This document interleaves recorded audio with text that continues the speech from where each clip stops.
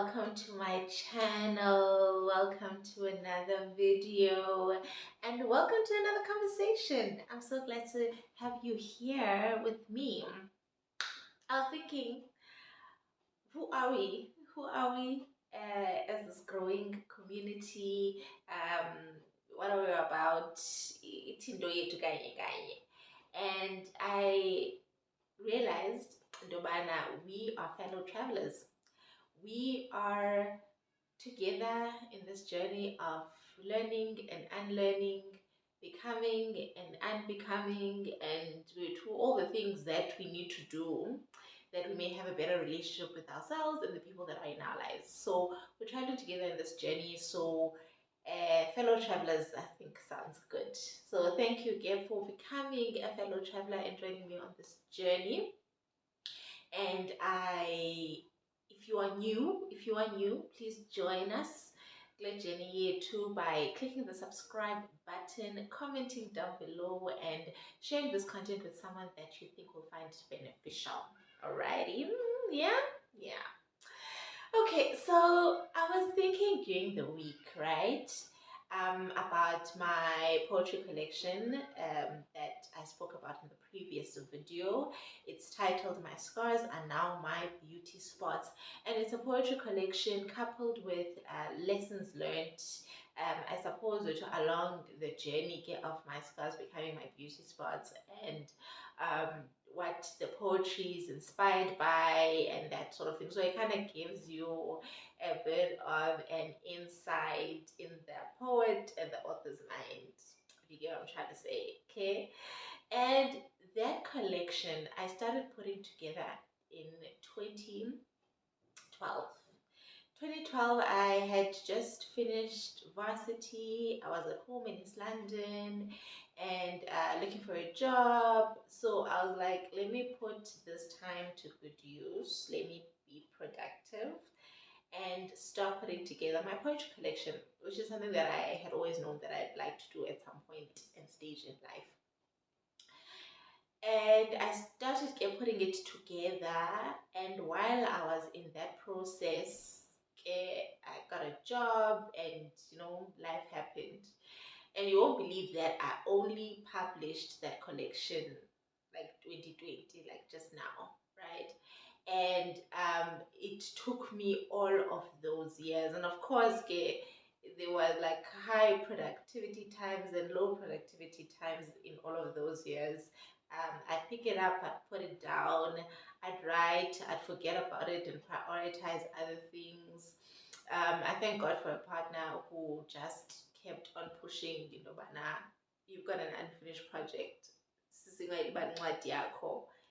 How far are you now? What's happening now? Yeah, so all those things.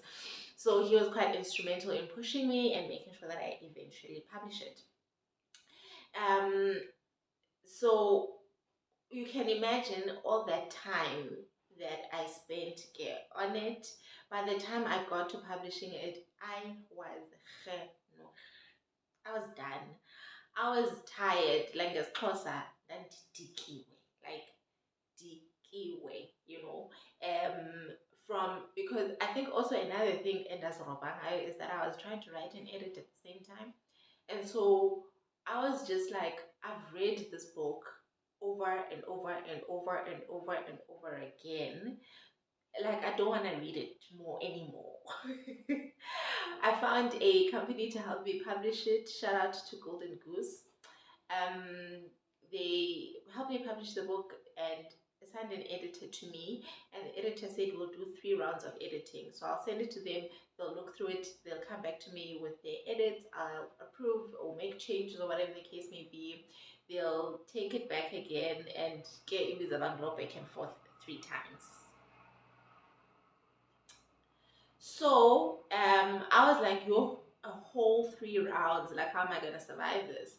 And to be honest, I was also scared that I'd get to a point where I don't publish, where I doubt that the work is good enough to be published, because when you're going to put out work that is about you and that is so close, to your life and to your heart and is your craft, it's being vulnerable, like to a great degree. And there's always the concern in Obana, how is it going to be, how is it going to be received, are people gonna like it? And a friend of mine actually said to me, Bam, just publish this book and print one copy for yourself and put it in your bookshelf, just so that you have honored the promise that you made to yourself. Okay, if nobody else buys it, and if you don't do it for anybody else, do it for yourself, and that was part of the push for me to eventually do it. I was like, I'll do it, and if I print one copy and I put it in my bookshelf, it's just for me, it's a tick for me in the banner. I've done something that that I'm going to do, and I stuck through with that promise, right? So I then did the whole 3 rounds of editing. It went through typesetting. It went through all the processes, and every process, I had to still be part of it. I had to still approve things, and I just had to make sure that I've started the commitment and I have to see it through, right? Which is just the case with so many things in life. In Dubana, when we start something, I thought it wasn't recording. I had a moment there where I thought it wasn't recording, and I was like, oh wow, no ways. Okay, it's recording. So I just had to stick through the process, and I just had to commit until the end, and let me tell you that it's a lot of what life is. Life is a lot of committing and making sure that we dedicate ourselves and our time and our resources to see something through right up until the end. So I remember the last time that it was sent to me, I was like, if there's anything else, guys, I give you full permission to go on without me. Like, can it not be sent to me again? Like, I'm approving, and if there's anything else, you can do it yourselves and approve it yourselves, and let's just send the book out to print, right? So again, fine. That's exactly what happened. I don't know if there was ever anything else, but the book did eventually go to print. You're right. The title of the book I had the day I started putting together. So I had the title back in 2013 when I decided that I'm putting together this collection. That's the time that I had the title of the book. And at that time, obviously, I still haven't lived that long. Like, I'm only 30 something years old. So I don't have like many years and many experiences. Um, and you can imagine back in 2013, I was like, I don't quite understand this title. But nonetheless, I will stick with it. I won't overthink and overanalyze and whatnot. I'll stick with the title. This is the title that I'm going to publish with, even though I'm like, I understand fully the concept of scars becoming beauty spots. In hindsight, I realize that what felt like a delay to me, and this is one of the 3 things that I want to touch on in this video. Indobana, as much as the years that it took me to publish the book felt like a delay to me, felt like I'm not moving and I'm not progressing, I realize now in hindsight that I was given a title and I had to go through experiences to qualify me to actually write on that title or to have a book with that title. So I couldn't say my scars are now my beauty spots and there's what are the scars? When I wrote I think the introduction, which was like the last thing I wrote, I was then actually able to say, these are the experiences that I went through. These are the things that gave me scars that I can now look at as beauty spots. So I had to go through a qualification process, um, And I mentioned some of those things that had happened up until the time of the publishing of the book, of course, um, from getting pregnant out of wedlock and what that looked like, and meant being the only girl at home, and amabongo, all bekelwe kum, right? I eloped when I got married, which was not amazing for my family, and it was. I mean, there are many things that make people to take the decision of eloping, right? And particularly for my husband and I, it wasn't the best of circumstances. Okay. So I was then, by the time I published the book, I was then able to say these are the scars or these are the experiences. And without that qualification process, I would not have been able to do that. If I had published in 2013, 2014 even, I would not have much to say. Ne? I wouldn't have been qualified. I don't know, qualified is the best word that I can think of right now to say that for me to be able to say my scars are now my beauty spots, I had to go through the process of being hurt, of having scars, wounds, and then having scars, and then being able to see those scars as my beauty spots. Um, that is the first thing, right?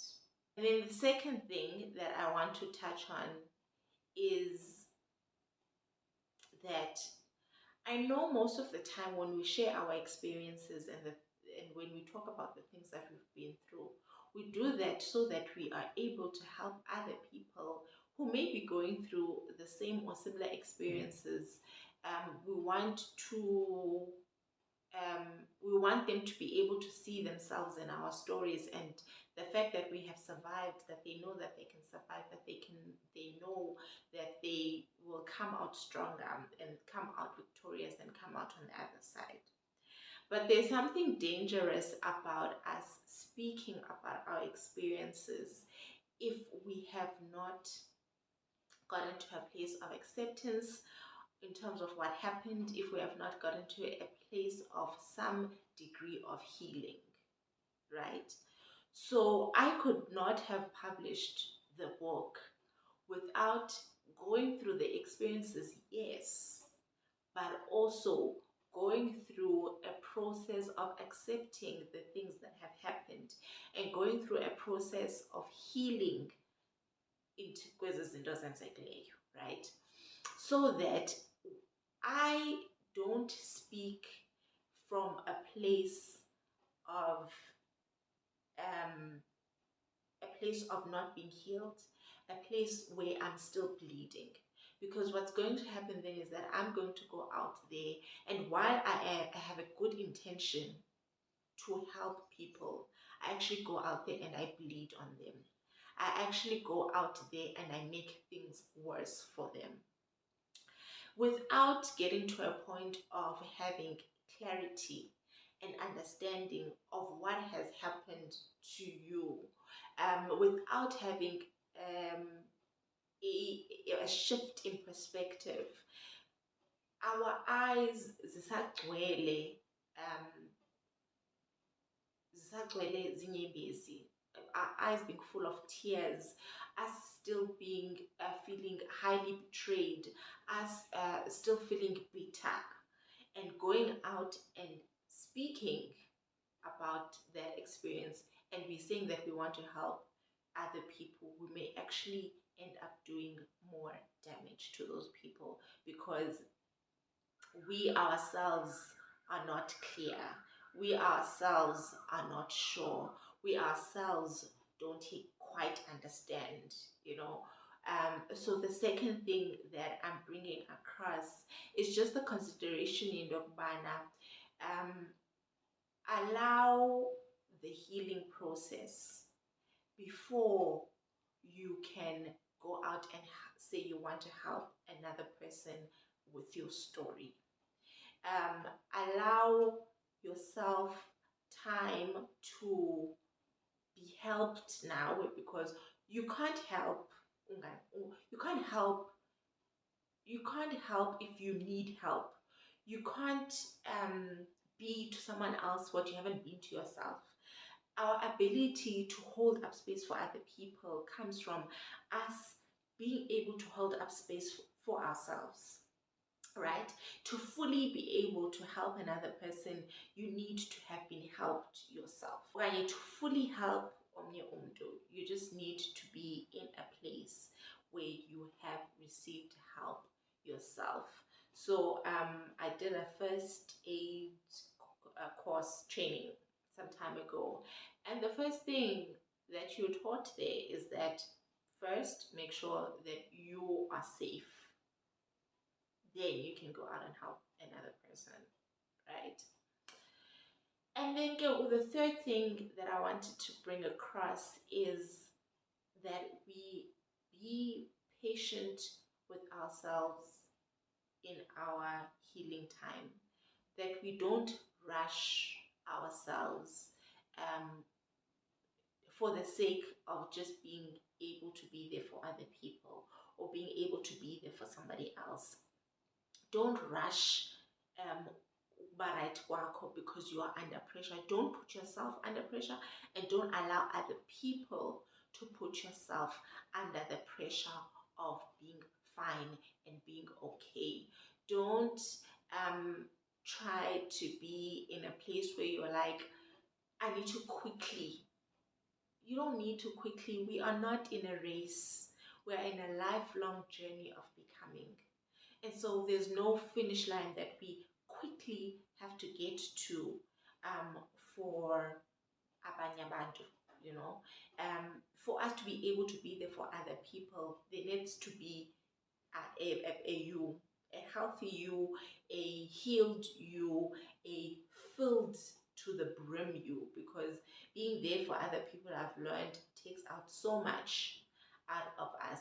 It takes out so much out of, it takes me, you know, just being there for my husband, being there for my son, being there for my family, being there for my friends, being there for my community of people takes so much out of me. So if I'm now going to rush myself to a place of healing, if I'm going to rush my process and I don't allow God to do what He wants to do in the way that He wants to do it and in the time that He wants to do it, then I'm not going to be complete.